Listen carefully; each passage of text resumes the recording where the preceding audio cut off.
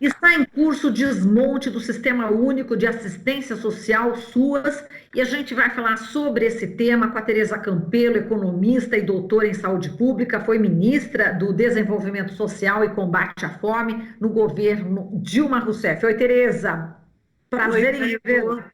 Como vai? Tudo bem? José Cruz, querido, prazer estar aqui com vocês e uma oportunidade para a gente discutir esse tema, que é um tema muito, muito importante. Acho que muita gente é, já ouviu falar da assistência social, conhece, mas não tem aquele conhecimento profundo para entender o que foi a criação do Sistema Único da Assistência Social. Até porque é uma política recente, né, José Cruz? É A verdade. Constituição, é, a assistência social, ela foi é, introduzida na Constituição Federal de 88 com essa ideia de direito, que é a Eu ideia vou que a te gente trata perguntar, hoje, Tereza, né? eu vou te perguntar todo esse histórico, mas eu já vou apresentar aqui, você já apresentou o José Cruz, ele que é o vice-presidente do Colegiado Nacional dos Gestores Municipais de Assistência Social com GEMAS. Tudo bem, José Cruz? Prazer em recebê-lo. O prazer é meu, Marilu. Obrigado,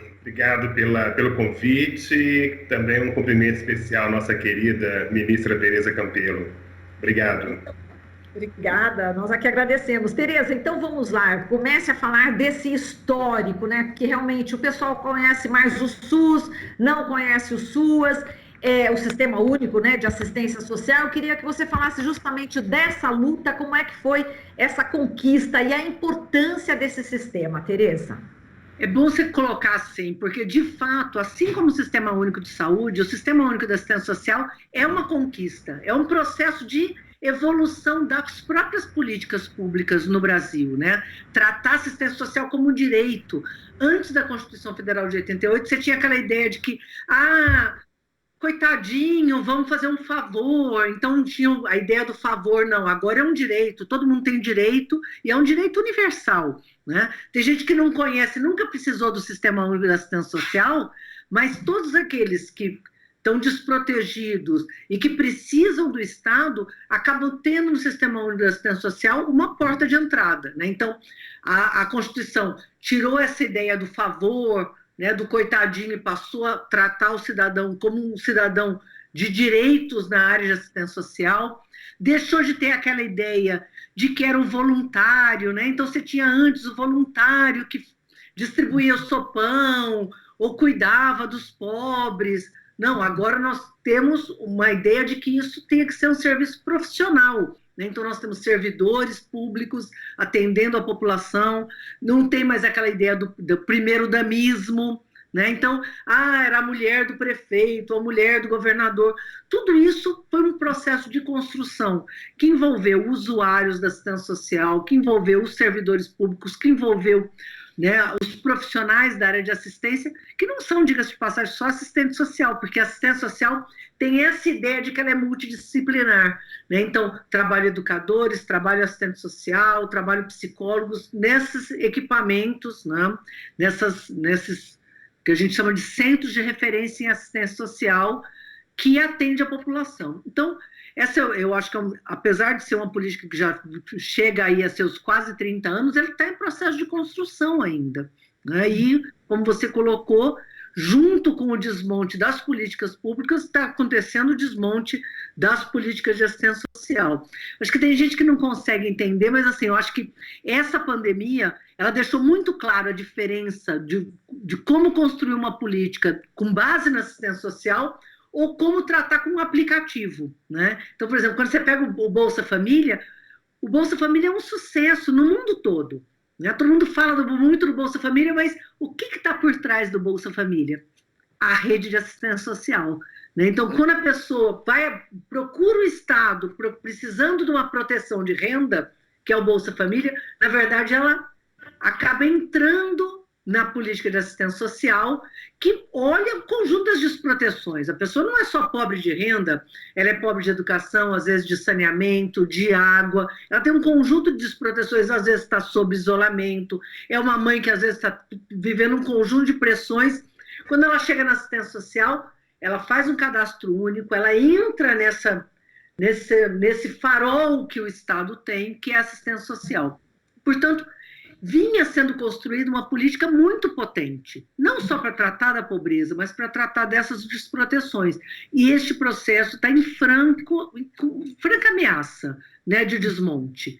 Eu acho que nós vamos ter muita resistência ainda, porque é uma política realmente muito estratégica, muito importante. Mas, para isso, é importante que a gente possa também estar divulgando, né, e explicando para vocês, para os trabalhadores, aproveitando aqui o espaço da Rede Brasil, da Rádio Brasil Atual, da TVT, para poder dialogar e aumentar nosso espaço aí de resistência. Muito bem, Tereza, só para saber, esse sistema ele podia ser utilizado, por exemplo, nessa pandemia, em relação à distribuição aí de auxílio emergencial, podia ter sido, como é que você analisa essa questão? Podia, não, devia ter sido, né, Marilu? Se o governo, ao invés de apostar num aplicativo, né, que é um aplicativo, diga-se de passagem, mal feito. Ele tinha que ter procurado a rede de assistência social, acho que para as duas coisas. Para desenvolver o aplicativo, nós não temos nada contra o aplicativo. Só que a parcela da população sequer consegue usar, né? Então, mesmo para ter um aplicativo que pudesse ser adequado para essa população mais vulnerável, a rede de assistência social teria tido muito mais condição de apoiar. E uma parcela da população não tem como usar o aplicativo. Isso não é só para o auxílio emergencial. Benefício de prestação continuada, por exemplo, um conjunto de outras portas de entrada que estão sendo fechadas, né? Então, teria sido estratégico. A questão de onde distribuir as cestas, né? Como localizar essa população, como apoiar um conjunto de desproteções que foram ampliadas nesse período de pandemia, deveria ter sido conversado com a assistência social. E a assistência foi completamente ignorada nesse processo do auxílio emergencial e da construção de políticas emergenciais durante essa pandemia, lamentavelmente, Marilu. Tá certo. E José Cruz, você que é do Colegiado Nacional dos Gestores Municipais de Assistência Social, você chegou a nos enviar muitos documentos e a gente leu esses documentos e o que a gente percebeu, né, José Cruz, é que existe uma luta muito grande desse colegiado justamente para tentar manter, né, esse sistema. E eu queria que você falasse, desse exemplos práticos também, José Cruz, além de explicar o que é realmente esse colegiado, de que forma que está brutalmente sendo atingido esse sistema. Obrigado, Marilu. Quero agradecer a oportunidade. Primeiro, quero reafirmar que o Sistema Único de Assistência Social é o maior sistema de proteção social do mundo.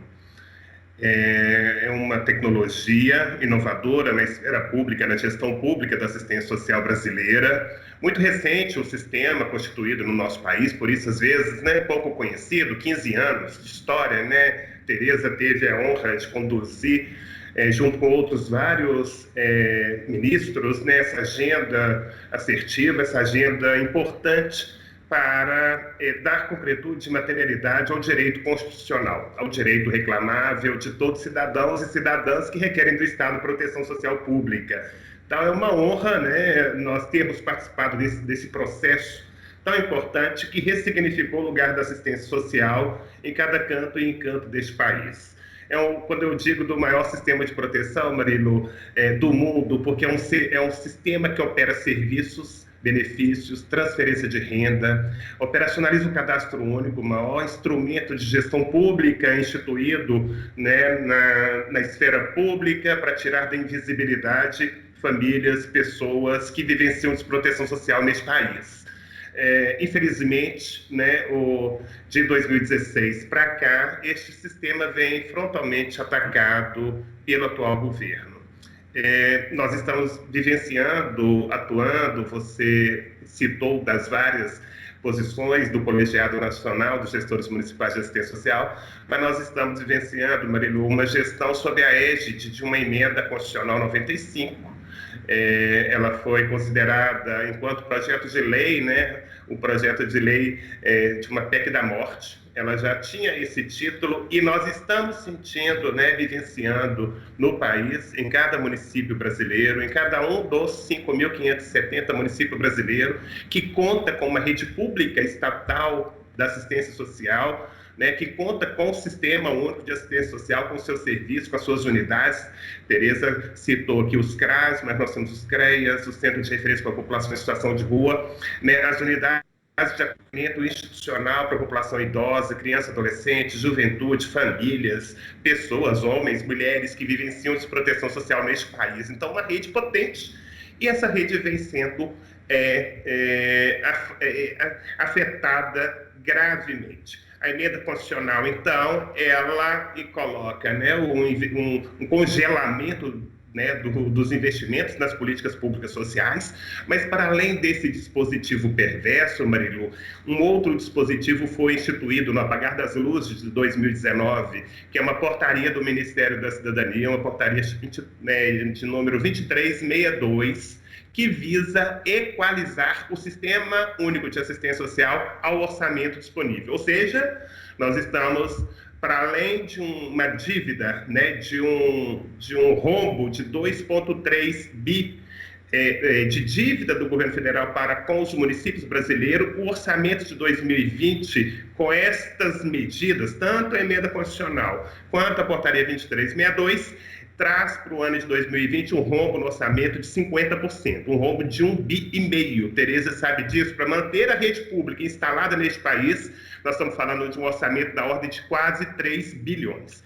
Então, com esses dispositivos instituídos pelo governo federal, nós estamos vivenciando esse rombo no orçamento público. Esse é um grande desafio para todos os gestores e gestoras municipais da assistência social.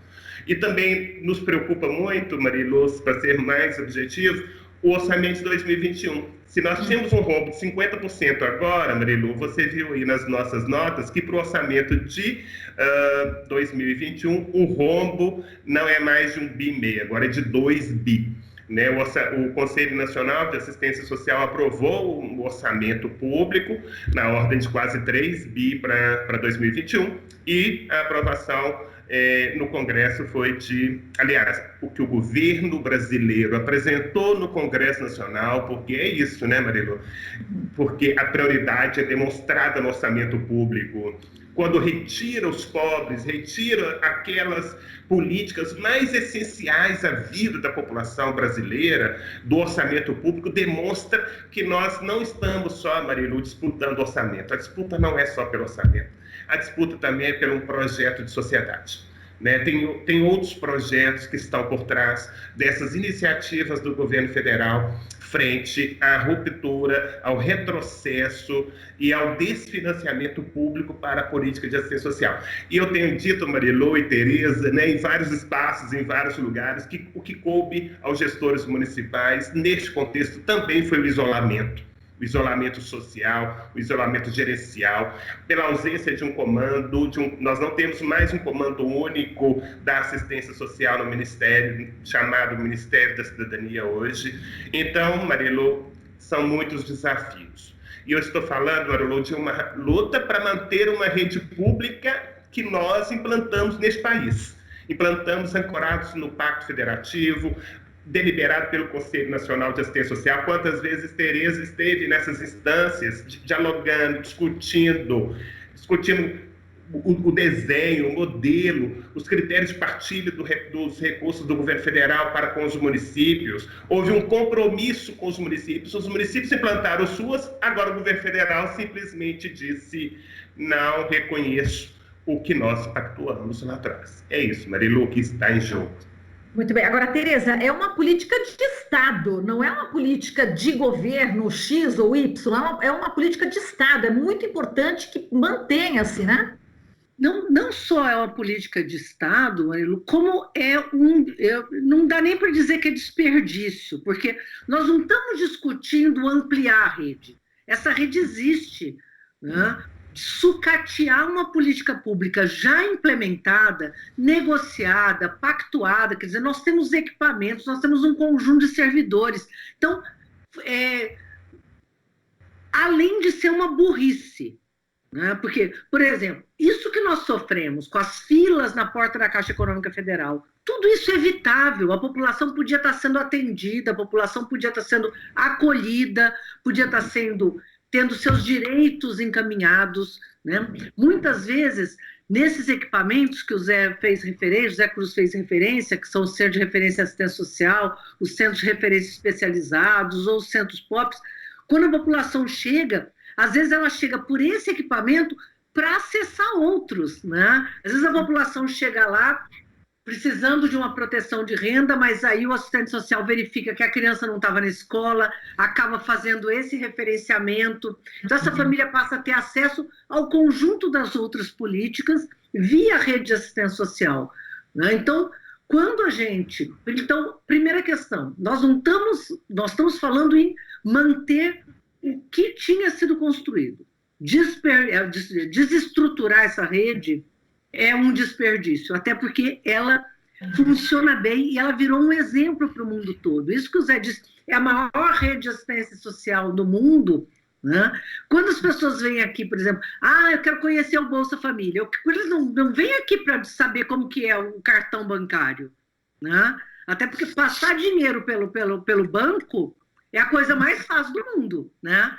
Esse governo aí não conseguiu fazer por quê? Exatamente porque não é isso que está em jogo. O que está em jogo é o que está por trás desse sistema, né? Então, quando as pessoas vinham aqui conhecer o Bolsa Família, conhecer por que funcionou tão bem, eles descobriram o quê? Que por trás do Bolsa Família tinha uma rede muito maior, né? Por trás do benefício de prestação continuada tem uma rede que faz esse atendimento à população idosa. Então, nós temos uma rede enorme que atende crianças em abrigos, uma rede enorme que atende idosos em abrigos, uma rede enorme que a própria justiça, quando precisa fazer um encaminhamento de um jovem numa situação ou de isolamento, ou numa situação que precisa de um acolhimento, ou uma mulher vítima de violência, muitas vezes é pela rede de assistência social que a gente tem essa população sendo atendida. E toda a população de rua no Brasil, que é atendida também na rede de assistência social. Então, quando a gente começa a falar no desmonte dessa proteção, né, isso está em franco processo, né? E no Brasil, o que a gente tinha que estar tendo era exatamente o oposto. Por quê? Cresce o desemprego, cresce a pobreza, cresce o trabalho informal, quer dizer, muita gente ganhando muito menos do que recebia antes, né? Então, às vezes, continua trabalhando, mas recebendo menos. Volta a ter criança em trabalho infantil. Quem cuidava dessa agenda de trabalho infantil no Brasil? O Brasil é um exemplo, né, mundial de redução do trabalho infantil. Hoje o trabalho infantil volta a crescer no Brasil. Então, volta a fome, volta o trabalho infantil, volta a situações de desproteção e de violência. Todas essas agendas são agendas que têm um vínculo muito forte e que são tratadas via exatamente a rede de assistência social. Então, nós estamos jogando fora uma rede que já existia no momento exatamente que você tinha que fazer o oposto, repassar mais recurso, né? E essa tradição que a gente desenvolveu no Brasil, que era fazer isso, sentar junto, né? Então, senta governo federal, senta estado, senta município e pactua o que vai acontecer. Isso deixou de acontecer. Então, o processo de desmonte é um processo completamente autoritário. Esse depoimento do José Cruz, falando em nome aí dos municípios, é isso, solta uma portaria em dezembro, na véspera de Natal, dizendo, não, vamos cortar o dinheiro, né? Sendo que toda a tradição era uma tradição de sentar e discutir o que vai acontecer, inclusive frente às dificuldades. É lógico que tem dificuldades, você tem que sentar na mesa e repactuar essas dificuldades. Não faz isso por quê? Porque não tem interesse em manter o sistema, interesse em destruir. Fez um aplicativo, a revelia da assistência social, por quê? Não é porque não sabia que tinha assistência social, é porque não quer exatamente criar um ambiente onde você chega de fato na população. Então, tirar a população que está recebendo o auxílio emergencial da porta da assistência social e do atendimento da assistência social é também um passo para o próprio desmonte da assistência e, no futuro, mais facilmente desmontar a própria proteção de renda, né? Então, não vamos nos iludir. Por trás disso tudo, vai acabar batendo lá, o Bolsa Família não vai mais funcionar, ou o que eles quiserem botar no lugar não vai funcionar, assim como o auxílio emergencial mostrou seus limites. Quer dizer, portanto, também José Cruz, assim como na pandemia a gente está vendo que os pobres estão sendo mais atingidos, inclusive os que estão morrendo mais, né, com a Covid-19, com esse desmonte vai atingir também, obviamente, os mais pobres. E aí as cidades, elas já começam, já há algum tempo, mas agora mais intensamente, a gente começa a ver famílias na rua. A gente está conversando antes com a Tereza, e ela estava morando no exterior, agora está morando em São Paulo, né, Tereza? E você está vendo aqui em São Paulo que é nítida, né? A presença de mais famílias nas ruas, né? É isso mesmo. Exato. Você pode muito dar esse depoimento, porque eles que estão recebendo e acolhendo essa população. Exato. E é isso, né, José Cruz? Mais famílias nas ruas, né? Obrigado pela oportunidade, Marilu, de trazer um outro tema também muito caro para todos nós, né? Assim, antes da pandemia, nós já vivenciávamos um momento muito difícil nesse país, né? Porque a nossa luta, a nossa bandeira, a nossa resistência do colegiado dos gestores municipais, você pôde compreender aí nos vários que eu enviei para vocês, né? É uma luta que já vem muito antes da pandemia. Essa luta já demonstrava, né, o colapso que já existia nos municípios com o sistema que nós temos hoje estruturado e implantado. Estruturado porque nós estávamos numa agenda muito propícia, viu, Marilu, de universalizar o direito socioassistencial no nosso país. Tereza conduziu conosco, né, uma agenda muito positiva no âmbito do Ministério do Desenvolvimento Social, que foi o segundo plano decenal da área da assistência social. Havia um planejamento robusto, potente, para a gente alcançar todos os territórios, porque nós chegamos em todos os municípios, sabe, Marilu? Mas não chegamos em todos os territórios que requerem proteção social pública da assistência social. Então, nós conduzimos um planejamento muito robusto, muito importante, que apontava onde nós queríamos chegar na assistência social brasileira.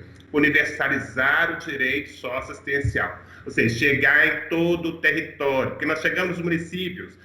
Exemplo, aqui na nossa cidade, em Belo Horizonte, nós temos 34 CRAS. Para mim, universalizar a proteção social básica, o CRAS, que é a prevenção, viu, Marilu, para você entender, é a prevenção da violação de direitos, são estratégias potentes, importantes, de convivência, de tecnologias assistivas de convivências, que garante a prevenção da violação de direitos. Para universalizar, só aqui em Belo Horizonte, eu precisaria de mais 78, apenas para os territórios mais vulneráveis da cidade. E nós temos 34 hoje funcionando. Bastante potente, importante, e que vocês estão convidados a conhecer essa estrutura, para compreender, né, o Estado proativo, o Estado que chega no território, que lida com as comunidades, que garante várias estratégias de prevenção de violação de direitos, de violência, que vivenciam famílias, pessoas em determinados territórios, em especial nos territórios mais vulneráveis, mais desigual, né, das nossas cidades. Então, essa é uma questão muito importante. Então, antes da pandemia, Marilu, nós já vivenciávamos esse colapso, tá? E também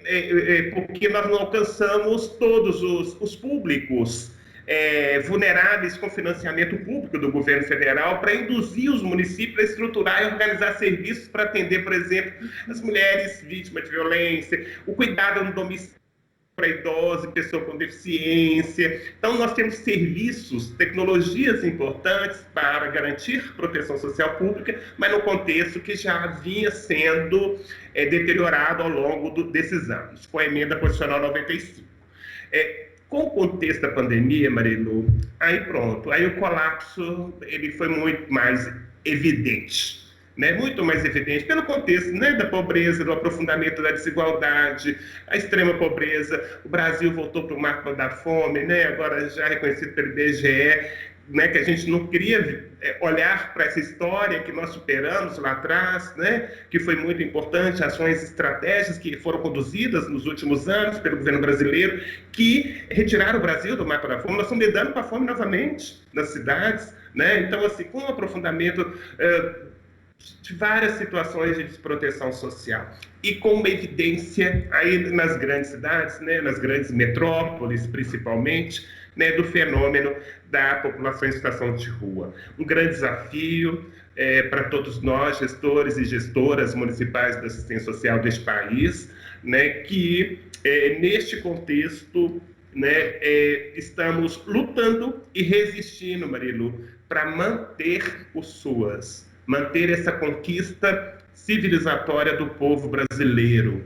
Essa tem sido a nossa luta, né? E num contexto onde a luta seria outra, para ampliação, né? Para ampliação dessa proteção social pública. E mais, perversamente, Marilu, não sei se você conseguiu ler todos os documentos, mas o governo brasileiro, como ele tem traduzido neste contexto de pandemia, os tensionamentos, os diálogos, com recurso extraordinário. Recurso extraordinário não mantém o ordinário. Eu não posso utilizar recurso extraordinário nos meus compromissos já firmados. Olha que ironia, né? Que contraditório. Eu não posso utilizar o recurso extraordinário para manter a rede. Ora, se eu não posso utilizar para manter a rede recurso extraordinário, então cumpra-se o seu dever de repassar os recursos de forma regular e automática para os municípios brasileiros, para que os municípios mantenham a rede e, com o extraordinário, a gente possa tratar da Covid, tratar dos fenômenos neste contexto da Covid. É claro que nós sabemos que o contexto da pandemia ele vai requerer uma grande ampliação da rede pública da assistência social nos nossos municípios, porque os agravamentos, as situações vivenciadas por famílias, por pessoas, enorme, e vai requerer um compromisso, uma corresponsabilidade dos entes federados para a gente ampliar, né, essa rede de proteção social. Muito bem. Bom, a gente agradece aqui vocês dois por essas explicações, essa denúncia gravíssima, né, do que está acontecendo aqui no Brasil. A gente espera conversar mais proximamente em relação a esse tema novamente. Eu quero agradecer a Tereza Campelo, economista, doutora em saúde pública, ela que foi ministra do Desenvolvimento Social e Combate à Fome no governo Dilma Rousseff. Muito obrigada, Tereza, um prazer em falar com você, viu? O mesmo, Marilu, estou às ordens, viu, querida? Obrigada. E falamos também com o José Cruz, ele que é vice-presidente do Colegiado Nacional dos Gestores Municipais de Assistência Social. Obrigada, José Cruz. Prazer em tê-lo aqui conosco. Obrigado, Marilu, pelo convite. Eu quero só nessa oportunidade, Marilu, convocar a todos, porque a nossa agenda tem sido dentro do Congresso. Então, nós estamos com o projeto de lei 4292 de 2020, organizado por nós, pelo Colegiado Nacional dos Gestores Municipais de Assistência Social, acolhido pela Frente Parlamentar em Defesa do SUAS, para um aporte de um orçamento na ordem de 4 bilhões para a assistência social brasileira, para salvarmos o Sistema Único de Assistência Social no nosso país. Um abraço para você. Obrigado. Um abraço e até mais. Obrigada. Você está ouvindo Jornal Brasil Atual. As notícias que os outros não dão.